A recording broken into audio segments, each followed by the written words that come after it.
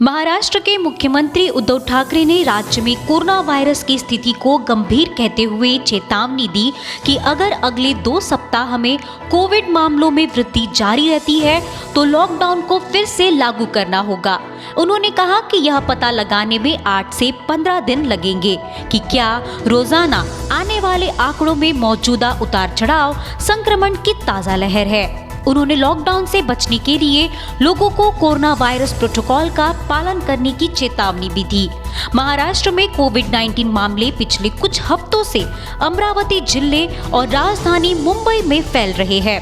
राज्य में कोरोना धीमा हो रहा था, लेकिन एक बार फिर मुंबई में एक दिन में 921 मामले सामने आने के बाद इसने सरकार की चिंता को बढ़ा दिया है। नागपुर के विभिन्न कॉलेजों और कई सामाजिक संगठनों के छात्रों ने एकत्रित आकर शहर में विभिन्न स्थानों पर जाकर स्वच्छता अभियान चलाया। निशा फाउंडेशन एक सामाजिक संगठन है जिसका गठन नागपुर के युवाओं द्वारा कोरोना के बढ़ते प्रचलन को कम करने के उद्देश्य से किया गया है। इसके अलावा Agnipankh foundation, Stambh help for good, eye clinic Nagpur, no difference foundation, Rotaract JIT जैसे विभिन्न संगठन एकत्रित हुए और हर रविवार को नागपुर के विभिन्न हिस्सों में सफाई अभियान चलाने का उन्होंने फैसला लिया है।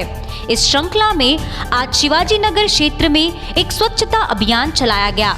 मुख्य रूप से हिमांशु अमरकर, आशुतोष पुनियानी, यश नन्नवारे, नयन ठाकरे, मंदार कचोर, अदिति सिंह, अजिंक्य टोपे और कई अन्य युवाओं ने इसमें भाग लिया। इसके द्वारा छात्रों ने संदेश दिया है कि युवा छात्रों की यह पहल समाज के अन्य सदस्यों को प्रेरित करेगी और नागपुर को स्वच्छ और सुंदर नागपुर बनाएगी। AGP न्यूज की ओर से इन सभी युवाओं को बधाई और उनके काम के लिए शुभकामनाएं। वर्ष 2021 और 22 के लिए Indian academy of paediatrics Nagpur शाखा की कार्यकारी समिति का स्थापना समारोह हाल ही में शहर के रामदास पेट में सेंटर पॉइंट होटल में मनाया गया। एसोसिएशन के नवनियुक्त अध्यक्ष डॉक्टर विजय धोटे, साथ ही सचिव डॉक्टर पंकज अग्रवाल ने संगठन की कमान संभाली। इस अवसर पर नवनियुक्त अध्यक्ष धोटे ने कहा कि पिछले साल कोरोना अवधि के कारण हम बच्चों के स्वास्थ्य पर सार्वजनिक रोक नहीं लगा सके थे। इस वर्ष स्थिति सामान्य है। स्वास्थ्य शिविर बच्चे के स्वास्थ्य की जांच करेगा और उचित मुफ्त उपचार प्रदान करेगा। यह बात शनिवार को सामने आई कि अजनी थाना क्षेत्र के 2 आरोपियों ने भगवान नगर निवासी फिरियादी की मोटरसाइकिल रोक दी, उसकी लात घुसे से पिटाई कर दी और सर पर ईंट मारकर उसे जख्मी कर दिया और उसकी जेब से 500 रुपए छीन लिए। फिरियादी अजय प्रहलाद हिसे ने अज्ञात आरोपियों के खिलाफ अजनी पुलिस में शिकायत दर्ज कराई है। पुलिस ने मौके पर जाकर शिनाख्त की है और आगे आरोपियों की तलाश जारी है। रात्री 11:30 वाजताच्या दरम्यान फिर्यादी अजय प्रल्हादराव हिसे वय 42 वर्ष, राहणार भगवाननगर बँक कॉलनी, हा प्रेसिडेंट हॉटेल सीताबर्डी इथे काम करतो आणि रात्री 11:30 दरम्यान तो आपल्या कामावरून 2 व्हीलरने आपल्या घरी जात असताना आंबेडकर नगर चौक जवळ स्पीड ब्रेकर जवळ त्याचे वाहन हळू झाल्याने 2 अनोळखी इसमांनी त्याचे वाहन थांबवले। त्याला खिशामध्ये हात टाकला। त्याने प्रतिकार केला असता त्यातील एकाने त्याला हात दुखेने आणि विटाने मारहाण केली। त्यामुळे फिर्यादी हा खाली पडला। त्याच्या उजव्या हाताला आणि डोक्यावर मार लागलेला आहे आणि आर्मी लोकांनी त्याच्या खिशातले 500 रुपये काढून हिसकावून नेलेले आहे। फिर्यादी जो आहे त्याला डोक्यावर मार लागले असल्याने उभाराकडे हॉस्पिटलमध्ये जाऊन त्याने उपचार केला। उपचार करून काल त्याची तब्येत बरोबर वाटत असल्याने त्याने पोलिसांना माहिती दिली। त्याप्रमाणे आम्ही त्याची फिर्याद घेतलेली आहे आणि आम्ही गुन्हा दाखल केलेले आहे। ऑटो रिक्शा में कामटी निवासी साधना गोस्वामी के बैग से सोने के जेवरात से भरा पर्स चोरी हो गया। जेवरात की कीमत करीब 1,16,000 बताई गई है। चोरी कामटी से मारवाड़ी चौक के बीच हुई। महिला और उसकी देवरानी गहने बनवाने के लिए सराफा बाजार जा रही थी।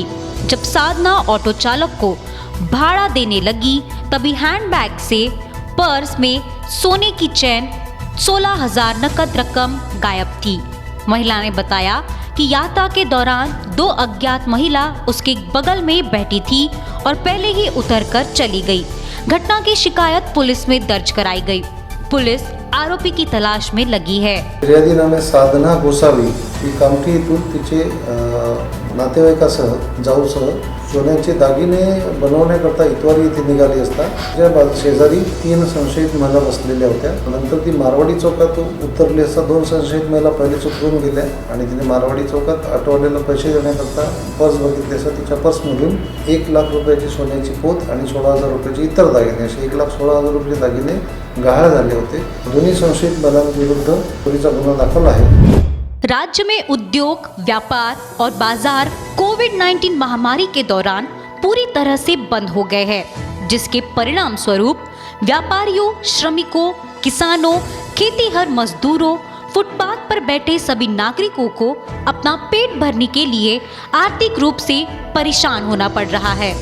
बिजली की बढ़ती दरों को लेकर भाजपा राज्यव्यापी आंदोलन करने की सोच रही थी, लेकिन अभी अभी आए मुख्यमंत्री के बयान के बाद कोरोना की दूसरी लहर को देखते हुए यह आंदोलन रद्द करने की घोषणा पूर्व ऊर्जा मंत्री चंद्रशेखर बावनकुळे ने एक प्रेस कॉन्फ्रेंस के माध्यम से की है. मी आपल्या समोर आलो आहे. मी सर्व या ठिकाणी बसलेले आमदार, खासदार, पदाधिकारी आपल्या माध्यमातून सरकारला निवेदन करतो आहे. सरकारने निवेदन त्या ठिकाणी स्वीकारावे आणि तातडीने यावर अंमलबजावणी करावी. आजचं 24 तारखेला जे आम्ही आंदोलन करणार होतो तात्पुरतं स्थगित केलं आहे. 24 तारखेचं जेल भरो आंदोलन आता आम्ही करणार नाही. पण मुख्यमंत्र्यांनी स्थगिती दिली नाही बीज कापणीवर, तर मात्र कोरोना संक्रमण थांबताबरोबर आम्ही आंदोलन करू आणि प्रचंड तीव्र आंदोलन करू. तमाम अपडेट्स में बने रहने के लिए देखते रहिए एजीपी न्यूज. हमारे चैनल को सब्सक्राइब करें और बेल आइकॉन दबाना ना भूलें.